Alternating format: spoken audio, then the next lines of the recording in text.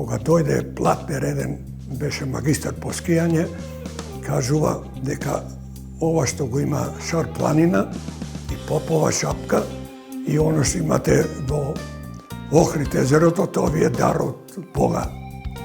Така велеше, ако ги виде тие жичари толку, вика греота што немате овде барем 30 жичари.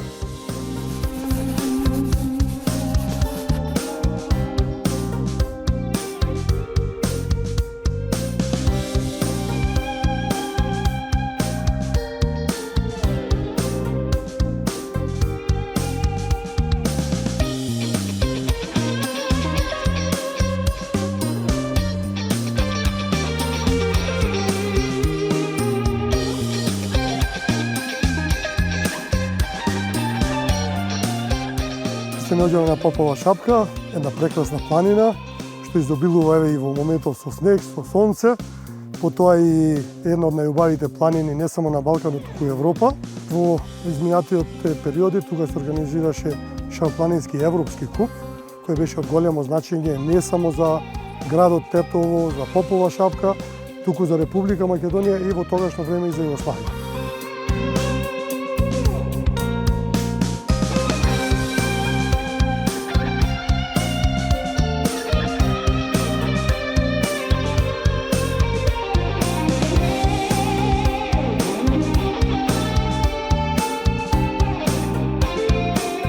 Жичарите се тука, хотелите се тука, иако сега не можеме да се пофалиме дека имаме, не знам, безпрекорни услови.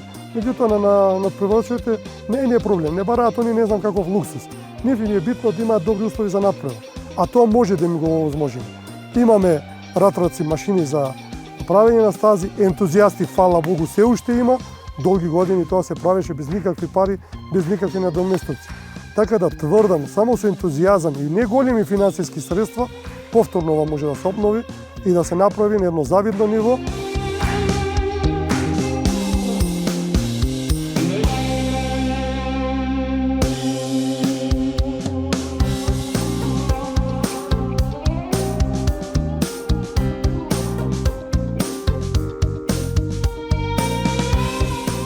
Огромна е масата на луѓе кои што треба да се покрене и системот околу организација на тој настан, кој што треба да се покрене за да може да се случи тој настан, тој шарпланински куп.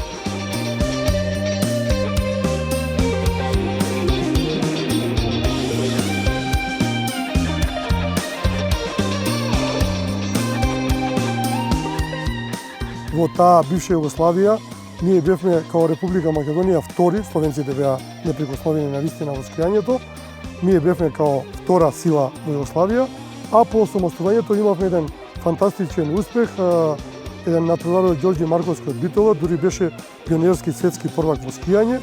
Меѓутоа, ете, полека сите тие работи некако паднаа.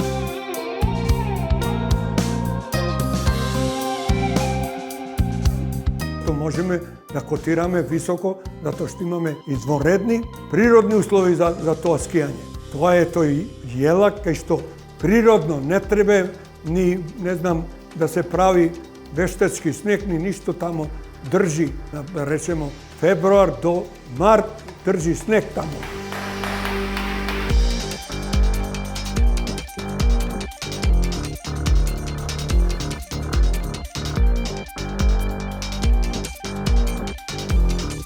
На едно високо ниво е организиран од 1997 до 2000 година, каде што добива препорака за Европски куп, но поради случувањата во државата сето тоа допира. Имавме доста позитивни организацијски оценки, доста позитивни оценки за самата патека и за уредувањето на се она што се случуваше. И беше потребно еден чекор плюс за да дојдеме до Европски куп, но тој чекор се надевам дека ќе го достигнеме. Но да ви кажам, на првите купови, тогаш кога е била Југославија, имало негде до 50 такмичари. После тоа, од 67 натаму, со тие ние жичари кои сме ги имале, тоа време ние сме биле на Балканот меѓу најдобрите. После Словенија и, да речеме, Франција и Австрија. Додека овие други простори, Бугарија, за нас биле ништо тоа време со таква инфраструктура. Додека сега па ние сме во обратна ситуација, што каже и колегата претходно, значи сега ние сме станале со 6-7 скилифти и жичари, додека сега еден копалник кој што има една двоседа жичара, сега има преку 35 до 40 жичари. Или да речеме во Бугарија, исто така тие центри беа со една-две жичари, сега имаа по 30 жичари.